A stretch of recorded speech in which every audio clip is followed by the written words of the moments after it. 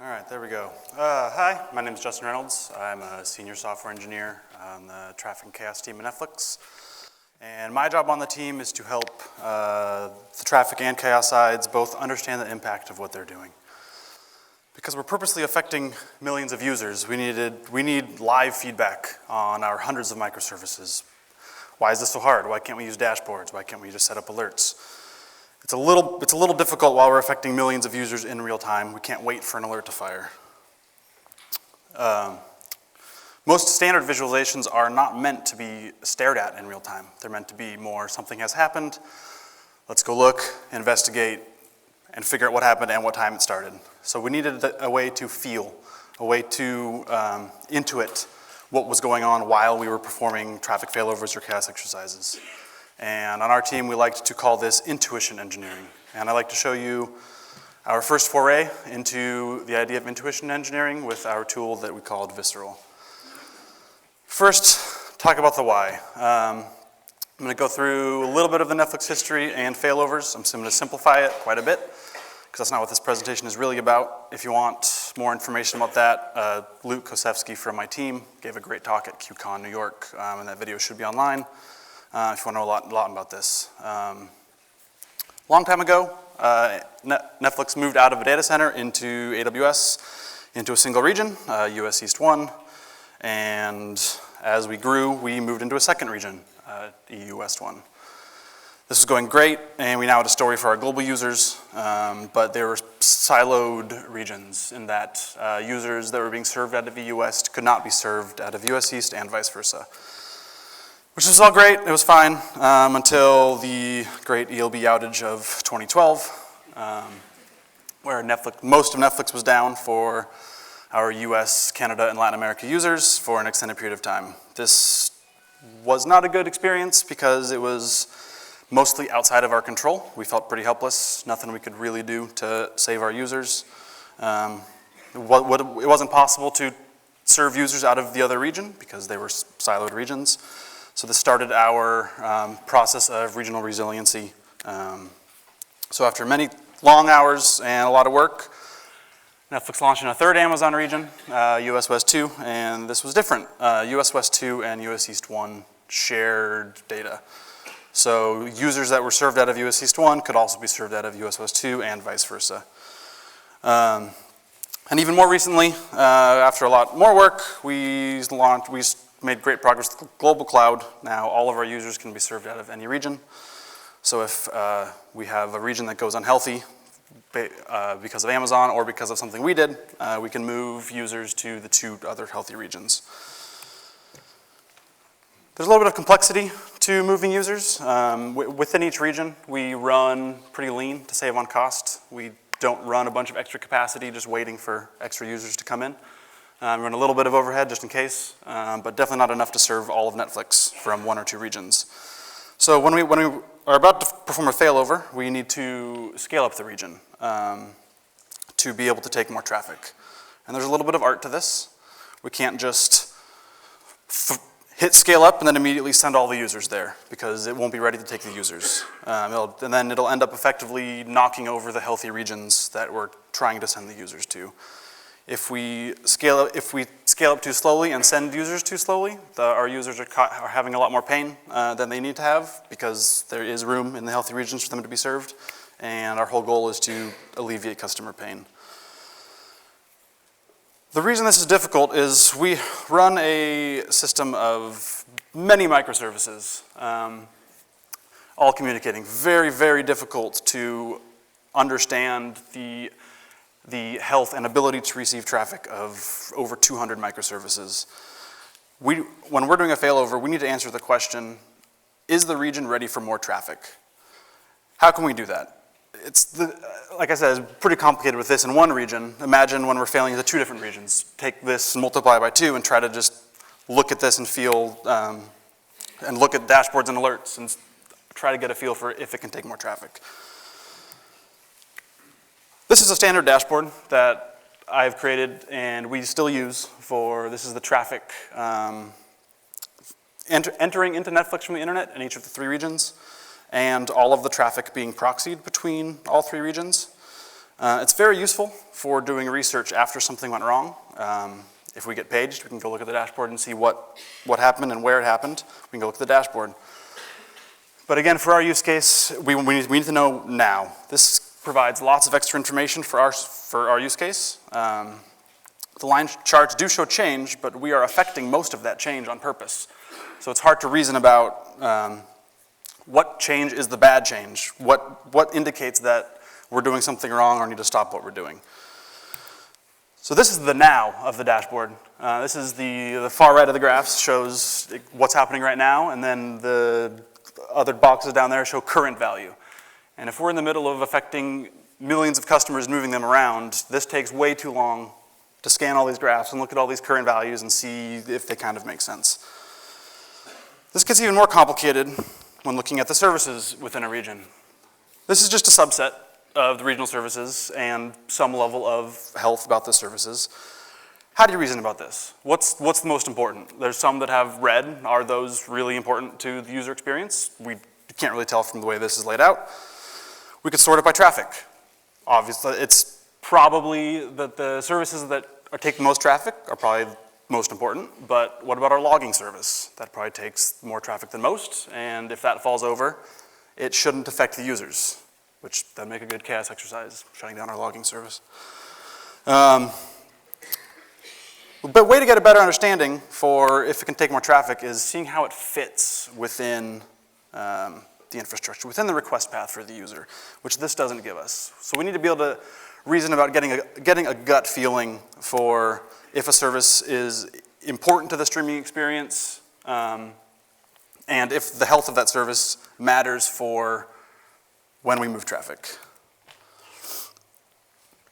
So we did a little bit of exploration. We wanted some out-of-the-box thinking because the standard visualizations weren't helping, so we came up with the crazy idea of the pain suit to start the out-of-the-box thinking. The idea is that when we're performing a traffic failover, we'd wear a suit covered in electrodes that would send jolts of pain through your body if services started to become unhealthy. And services that were important, like our proxy layer, the electrode would be over your heart. So if you started to have heart pain, you'd know that there's something wrong with our proxy service, and some like user image service would be on your pinky finger. So if that started hurting, who cares? It's a pretty ridiculous example, but it really got us thinking outside the box. What could we do that does provide more of an intuition and a gut feeling for the state of the system? So we started exploring a little bit more. We went through the feel, so started going through all the senses, kept going down some crazy paths. What if we could smell the health of a region? The account service stinks. What does the smell mean? We don't even know how to reason about that. What about taste? How can you generate taste? Can you convince engineers to taste something all day until it tastes bad? So quickly we decided to use a visualization. It's something we're all conditioned to understand. Lots and lots of research studies show that it's easy to reason about. Color theory, image theory, there's a lot of research about how to build something that is easy to grok visually. So starting there, we went through all the standard graphs, line graphs, bar charts. All of these have some downsides for our use case. Most of them are focused on change over time, exact number values, or comparison between values. None of those are important to us. We just care, can we move more traffic? Exact numbers don't matter. There's nothing to compare it to. And we don't care what exactly has changed over time because, like I said, we've caused most of that change. We care about understanding the current state of the system holistically. Let me show you a little bit of what we built.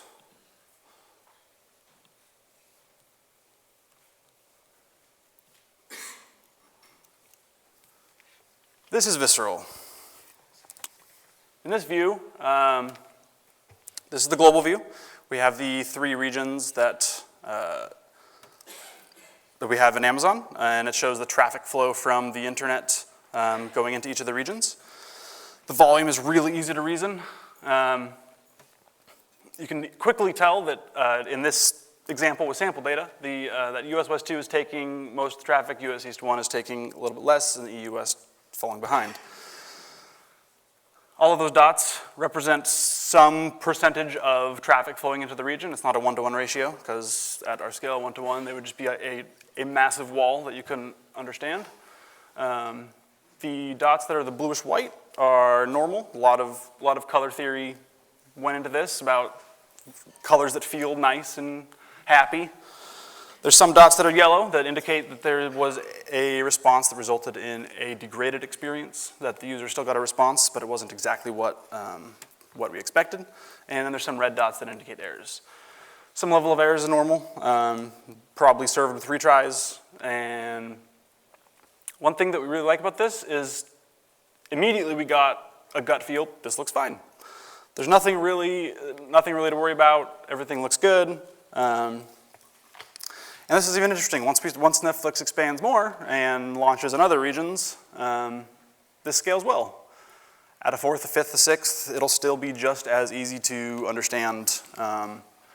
Where with the dashboard, right now this has 9 connections, the 3 incoming connections, the 2 proxying connections between each region. So if we're adding more regions, you start getting into like 16 graphs. 25 graphs, and at that point, that's way too hard to just stare at those graphs and understand anything. If you think about this region, something's going on, you want to go look into it, you can drill in. And this is showing all the traffic flowing between our microservices. This is just these are randomly renamed, so to not give away any secrets. But this is just showing all the services in our request path for what the user sees. The far left is the traffic. It represents the internet and has traffic flowing in from the internet to all of our proxies. Follows kind of the same idea as the regional view. There's circular nodes, lanes of traffic flowing between all of them. Dot coloring is the same. As far as the layout goes, this is a custom layout. Still needs a lot of work. There's a lot of mess going on with some connections that don't need to overlap. But we started with a lot of the standard layouts. Most of them did not work for our use case. They either focus on clustering close nodes, which is very good for like a social graph and seeing who's connected to who. That didn't help with the intuition side of it, where which services are important. The other focus of a lot of layout algorithms is to not overlap connections, which, as I said, we want to not overlap connections, but not at the expense of the request path, which internet starts here, then it goes to the proxies, and this is laid out from traffic coming in all the way to the edge nodes on the far right. Even with how bad this layout still is, it was still better than anything we had tried before, and it still gave us a really good understanding of the traffic flowing through our ecosystem as a whole. It's easy to quickly notice if something is weird. The nodes also get colored, as you can see down here. This one is red, which we use the coloring on the nodes for actual node health, which keeping in mind, this is a node at the edge, probably not as important. Not too much traffic flowing to it. Might not have to look at it, so if there was something more red and focused over here, we'd start here. But since this is the only red one, maybe we can go and look at this. If you click on it, kind of dims out everything, focuses the node, and we now have this contextual panel, which right now it just has a tabular view of the connections. And this one says this is getting 97% error returned, so probably should go talk to that service owner and ask what's going on. We're leaving room here we're going to add graphs. So this is where standard graphs come into play. You already have figured out which service that you want to look at from this view, following all the traffic. Now we can get into adding standard graphs, links out to dashboards, all the tools we all know and love. Then there's even a third view, which is the least built out, where you can focus in on the node. Get rid of all the noise, focus on upstream and downstream dependencies. This is really important for us when doing cast exercises and introducing errors in this service itself, and see how it is affecting traffic flowing into it and the responses and all of its downstream dependencies. This view, we are currently undergoing a re-architecture redesign that I'm pretty excited about, that will make this a lot more useful and provide a lot more context. But even still in this very simple place. It's already proved very useful during our CAS exercises.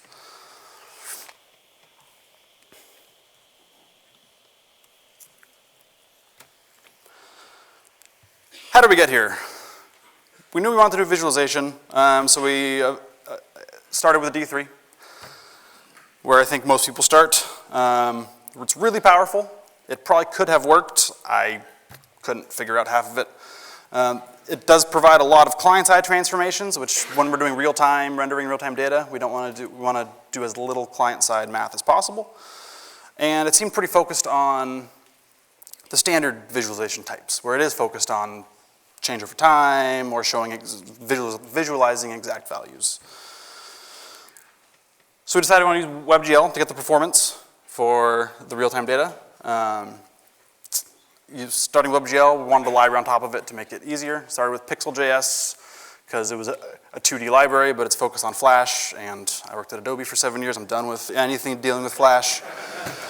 So I quickly got off that one, settled on 3JS. It's a very good, very, very good WebGL library that gives you all the power you want without any of the complexities of WebGL directly, but still allows you to optimize down to the WebGL level if you want to. As far as the backend for our data, spun up a Node.js server because it's quick and easy. I know JavaScript.